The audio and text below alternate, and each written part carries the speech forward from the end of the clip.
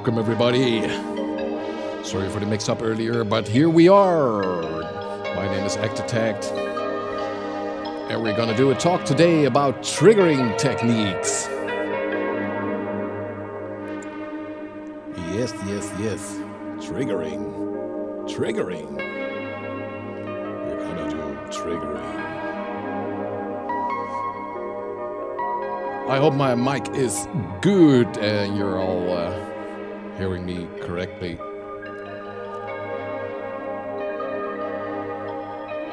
Gonna start the cams in a bit and get rid of this music. So let me show myself. There we are. Hello everybody. Hello. Hey. Welcome to my fully lit studio at the moment. Normally it's a very dark bunker, but I actually kept all the normal lighting on for the talk today. And today we're going to talk about triggering. Why? Well, you know, us synth heads tend to look for more gear to make their music sound better. And I like to use the kitchen analogy. There's the kitchen, there's the ingredients, and there's the cook. And you are the cook. And the skills of the cook are more important than the costs of the kitchen. But where we are talking about today is about triggering. And triggering, in this analogy, are the ingredients. Great food needs great ingredients. You have your kitchen, you have your gear, and you have your skills and your knowledge. And yeah, how to bring your skills and your knowledge to your kitchen is with the ingredients, and those ingredients I call triggering. And the most common way of triggering is, of course, playing a keypad. Yes, something like this. Let me switch the camera to something that's better for this. How about this? Yes, a keypad. 2 keypads, to be precise. And I don't want to get super theoretical with chord names and scales and stuff like that, because us electronic musicians, we don't like that stuff. And by the way, there are like hundreds of chords, and there are millions of scales and everything. And I'm gonna try to make it as easy as I can, and just use the principle of counting and like taking a walk. And what do I mean by that? Well, a skill is nothing more than a walk from one note to the same note in another octave, basically. So when you start at the A, the first note, it's just a little walk, the simplest walk, just taking the white keys, and you do,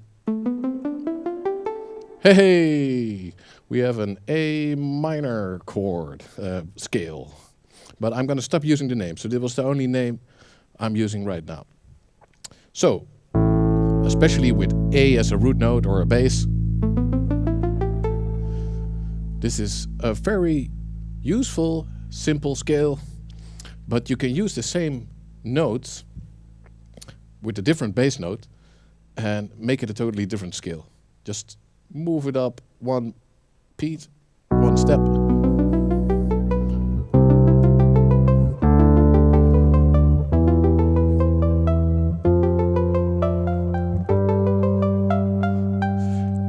And my advice is to, when you start making music, start with picking a scale.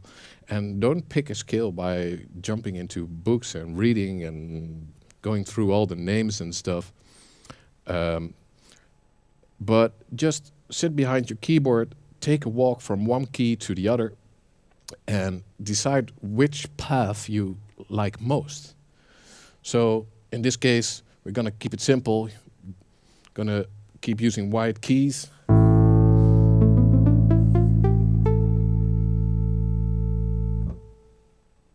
Perfectly good scale. And of course, there are other paths to take, especially like you can or for Halloween events or something, it could be something like that. You don't know. Whatever you're looking for and fits your mood of that moment, especially when you're creating live music on the spot or you want to create some music at that point. So that covers the super basic explanation of scales. Just pick a starting note, take a walk, pick the walk you like most, and stick on it. So now you've decided on the scale.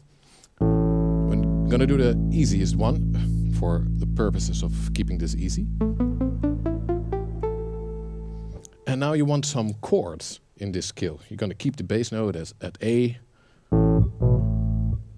And what you can basically do is just hit a couple of notes that are part of the scale you just created or chosen. So, an obvious one is taking the first and the fifth step. Always works and doesn't very much decide the mood. Most other notes do. So when you add the third one, or you can add the second one, all proper chords. You can just hit a couple of keys. You don't even have to hit the root note, especially when you have a bass line going. I can now just hit random 4 keys and it will be a chord. Even sounds interesting because it's unconventional, maybe. And a simple rule is the further the notes are a part of your chord, the more open it sounds and the more jazzy it gets. I'm just hitting random notes. So let me sustain this bass line, this bass note. So when you have a bass line going, let me do a bit.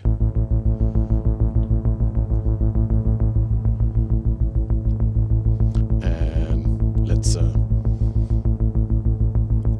just sequence some chords in here. Why not? And I'm doing random stuff, right?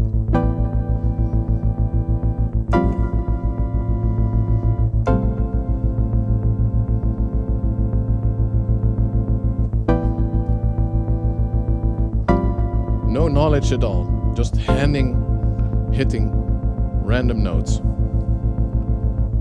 This could be a song, or especially when you maybe move the bass line from your root note to another note that's in the same scale. Can also make it interesting.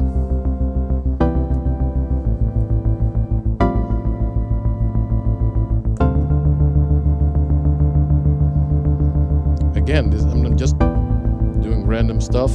I know, of course, which ones will be easiest to use. Like usually the first, the third, the fourth, the fifth, and the octave. They also usually all work for creating bass progressions. Without getting super theoretical, because most things I say, some purists will say, well, you're doing it all wrong because it's like this, and shut up. Because it's not important. It's about having fun and creating something that wasn't there before.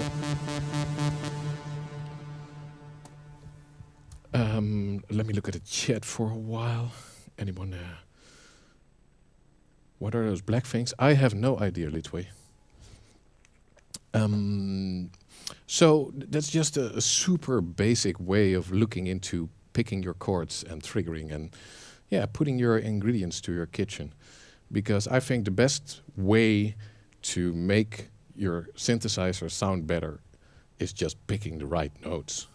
You can spend a lot of money on a $5,000 polysynth, but if you're hitting ugly notes, it will sound like shit. And it doesn't cost any money to get yourself to know a little bit what you're doing.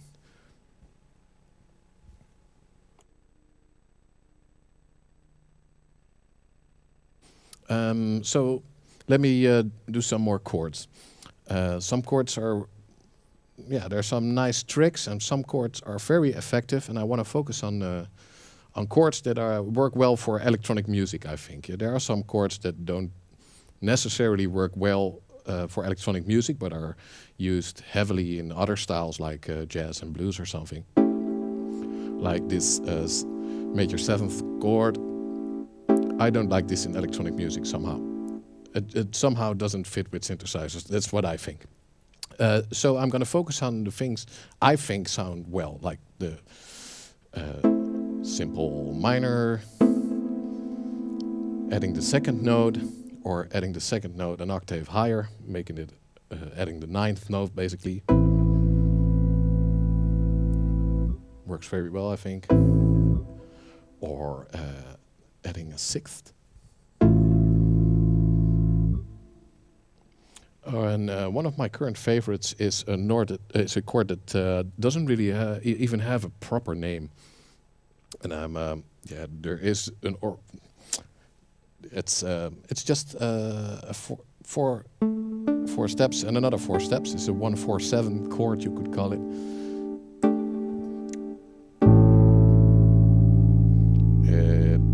Some call it quartal, some call it a minor 7 sustained 4, but without the 5th, whatever. All that stuff confuses most creative people that didn't go to music school.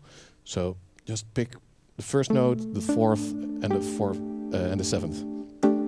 Sounds nice. Another very fun one, I'm going to use the hold function for this, is just skipping a note every time. 1, 3, 5, 7, 9, 13.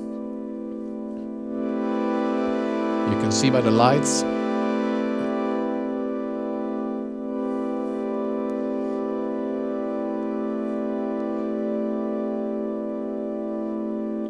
So it's basically adding this and whoop, whoop. I love it. And it's very simple. But what if you don't have a polysynth? You cannot do chords. No! Yes, you can do something that resembles chords, and that's you probably have an arpeggiator or a sequencer capable of arpeggiating. So let us do that. Let's go to a monosynth. And let's do the same chord we just did.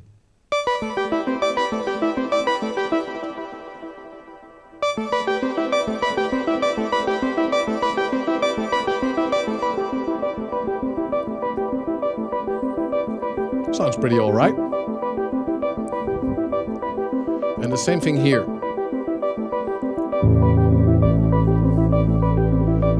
Changing, just having a monosynth, doing a arpeggiator with a nice chord like this, and changing the bass notes from your root note to any of the other notes that are in this chord.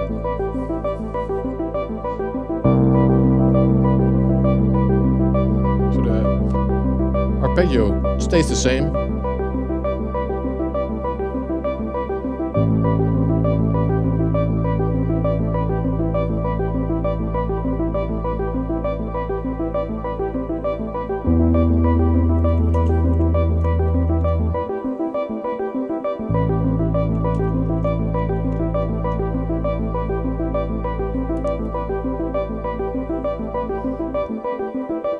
Very fun and easy trick to, on the fly, create something.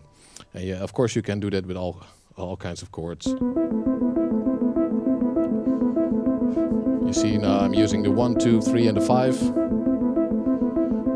Maybe you start the bass pattern on the 5 and go back to 1.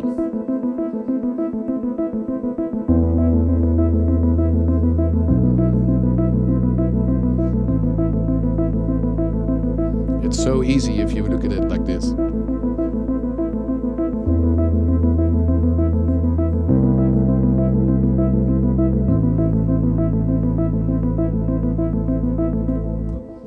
And the same thing applies to all root nodes and chords, of course. It's just the distance between the steps you make from one place to the other. Okay. So, yeah, we did some chords, and just don't feel you need to do a chord that exists. It doesn't matter if it exists or not. Just combine some notes. There's some tricks to it, like if you pick some notes from a scale, take some distance. Usually works better than cramming them all together. So especially when you have a large keyboard available, it just opens it all up a bit. So, chord progressions. Yeah, I shortly talked about that. Like, if you have the scale, you can basically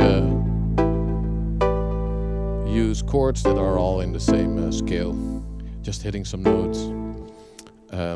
There are some things that work well, and some chords that are a good last chord to go back to the beginning. But I'm not going to go into that theory. There's some nice videos and tools for that available for creating traditional chord progressions. And usually in the synth music we make like ambient and down tempo and stuff. There's not a lot of chord progression happening, so I'm not focusing on that. So another fun thing, another fun trick is I have the DeepMind 12 connected here. That's the one I'm using for all the scales and chords at the moment. So let me, there it is. Okay, and the DeepMind has a chord function. So it allows you to record a chord, and then you can, so now it's armed. I'm gonna do a simple chord. Well, I didn't do a simple chord. I did the super wide chord with jumping one step every time. And so now when I press just this A right here, very powerful tool.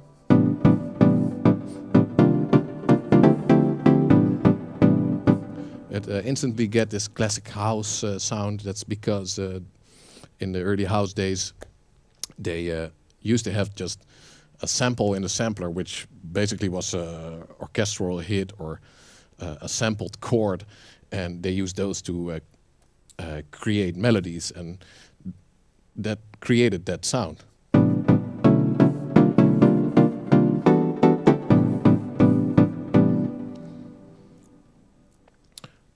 So that's a fun trick, but it gets even more fun when you use an arpeggiator to trigger that chord. Let's see how much time do I got left. About 12 minutes. Well, I'm the last talk, so I can make it a bit longer if I want. So now So what if I do some changes here?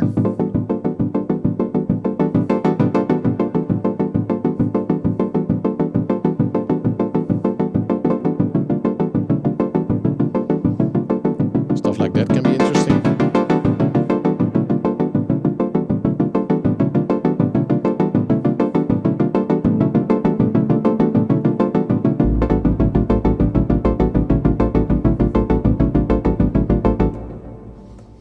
So that's another fun trick, using an arpeggiator combined with a chord mode, and in that way arpeggiate chords.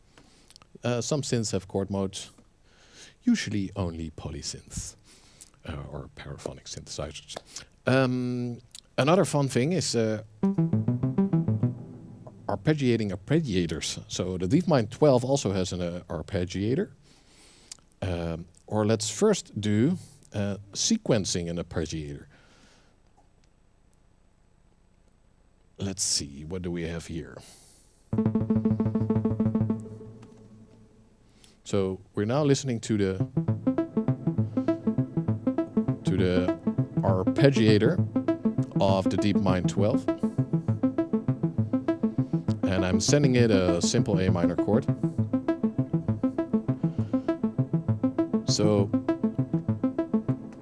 what we can, for instance, do is use the sequencer of the KeyStep Pro, and let me have a little kick going for measure.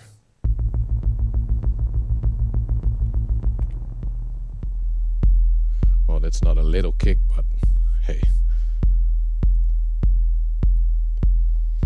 And I'm gonna do record and play some chords.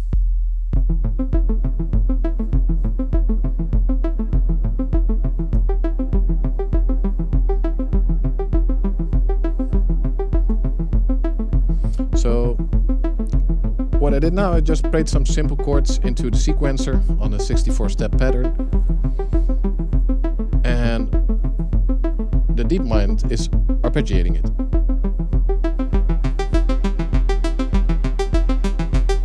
Very simple way to create a chord progression, or in this case, an arpeggiation progression, maybe.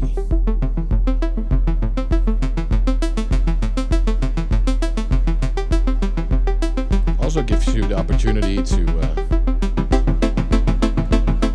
combine it with chord mode, change some things.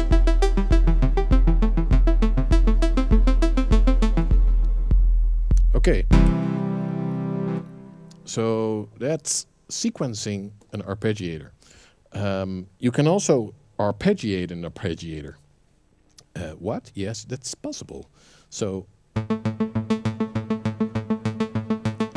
let's put both the devices on arpeggiator.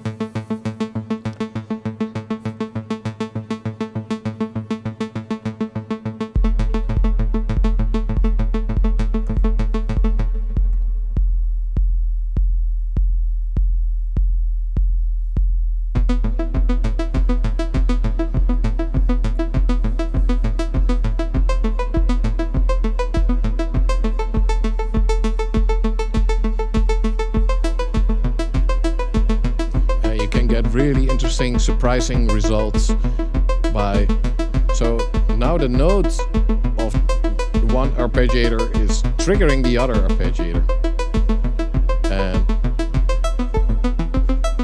it can get really nice and abstract in a way.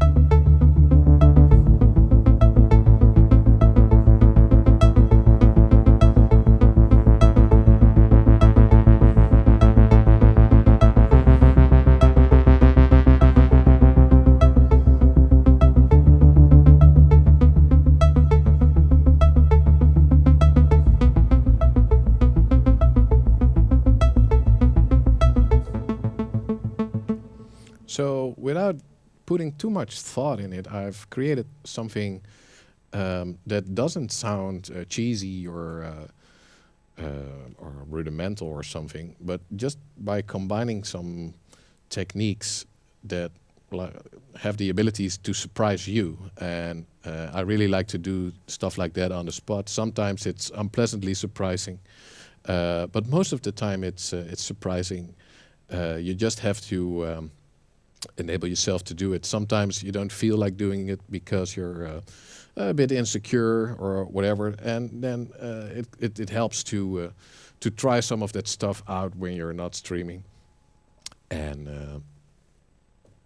put it into use when you are. I still have a couple of minutes left. I have this little list here. So what did we do? We did live playing keyboards, recording sequences, programming sequences, of course, a very standard way of generating your sound ARPs. Yeah, we did, and of course, looping is a thing. If you have one mono synth, one simple sequencer, and a looper, you can make amazing music. I know my setup doesn't look like it.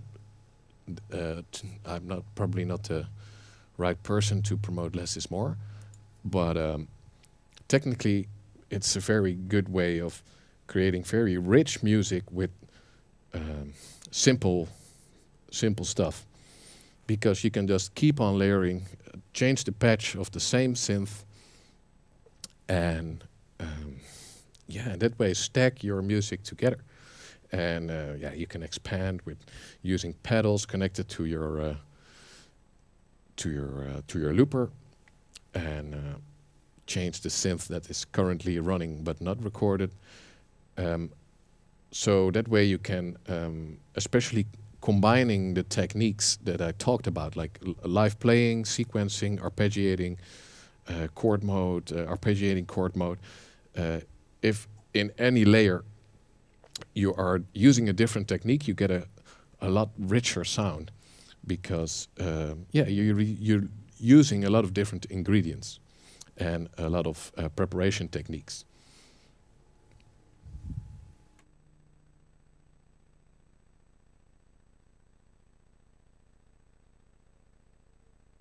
There's the I'm gonna finish off with the voice part. So there are some. Everybody has a voice. Not everybody can sing, but you can talk, and everybody can shout something through a vocoder. So let's do a little voice segment. What a vocoder basically does, it takes the, I think it's the envelope or the gate of your voice, and it applies it to a running synthesizer. So let me put, yeah, maybe even the same chord we've been using. And I'm gonna put it in the vocoder. My vocoder is a, let's see if it's the device over here. I can totally recommend it. It's not very expensive. It's the Electro Harmonics V256 vocoder. And it's polyphonic. It has a built-in simple polysynth. You can put a microphone in one place, and you can use it as a send receive effect as well. It's pretty good. Anyhow, let me trigger that chord into the sequencer, and this is the sequence channel that controls the vocoder. So right now you're not hearing anything because I'm using the mic in a different way. And now we're gonna switch to vocoder, and the vocoder is running the chord, and I'm now talking through the vocoder, and that's basically what it does. So, and back to normal. So you can sequence the vocoder. I do that lots of times. I now had a 16-step pattern, but what if we do like a 32-step pattern? And let me get the kick in.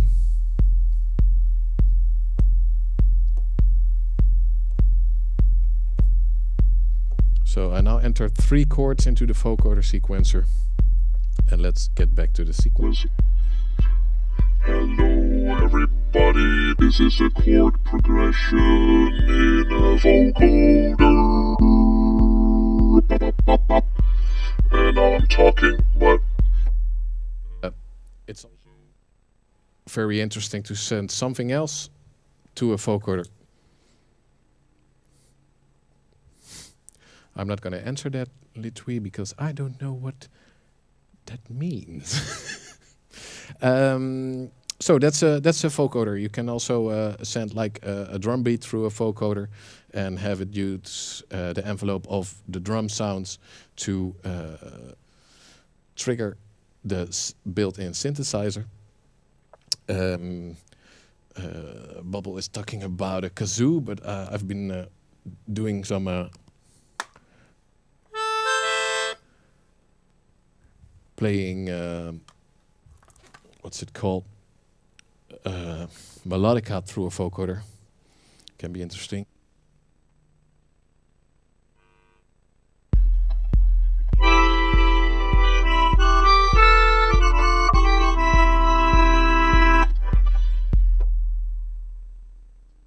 Didn't sound like much, but there's some experience to it.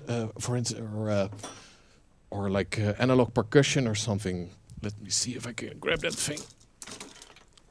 Yep, there it is.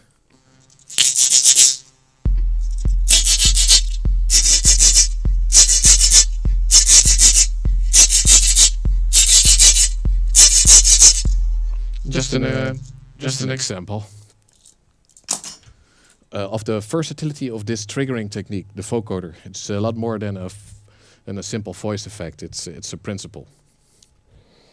So one more thing before we raid out, right in time. I was also going to do a bit about generative sequencing. I'm going to do that after this, maybe very shortly. But since we're in the voice segment, we're going to do a little bit of the talk box. So what is a talk box? It's the device over here. And it basically is a speaker and a tube. That's it.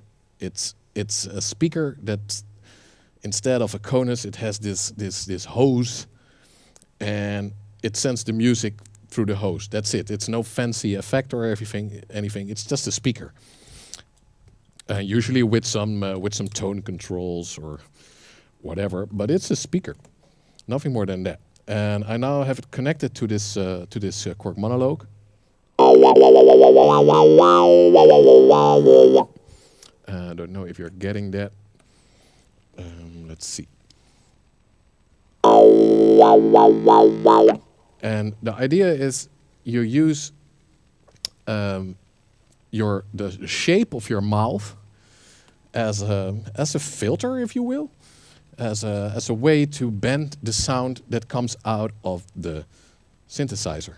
So if you combine all those things, you put the hose in your mouth without trying not to gag.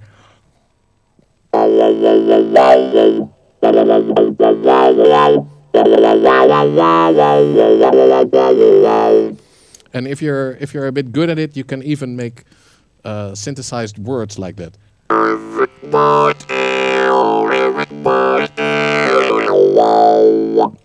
And yeah, made very popular in with some disco musicians and stuff. So yeah, that's also a thing. And of course, you can combine this with other things as well. So you can have a sequence running, for instance, and put the hose in your mouth while the sequence is running, and blah blah blah. Combinations like that could also be very interesting. Okay, I'm going to close with a short piece about generative sequencing. For that, I'm using the Torso T1. Let me start the clock. So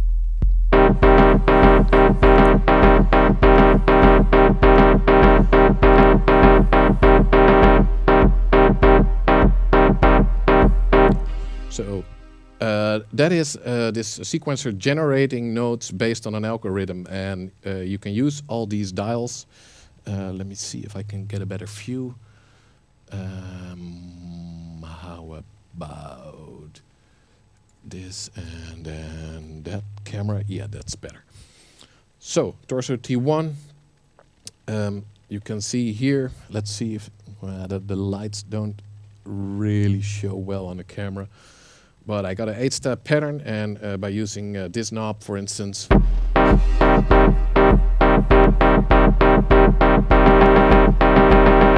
I I control how many triggers happen in those 8 steps, or you can change the number of steps of a pattern, or other interesting stuff like randomizing stuff,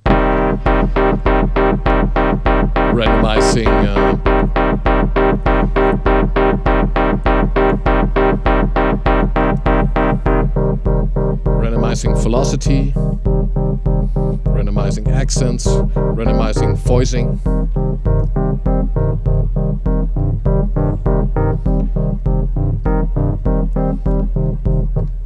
But it goes a lot further than that. But there's also a very interesting function, and they call it the effects function, but it's a lot more than that. So I still have the same generative sequence running, but now it's connected to the MIDI input. So when I play a chord,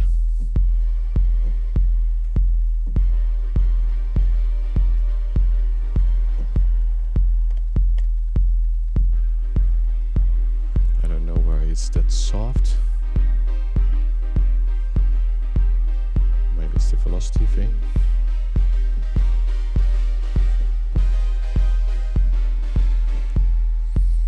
Weird. Anyhow, I can play notes on the keyboard,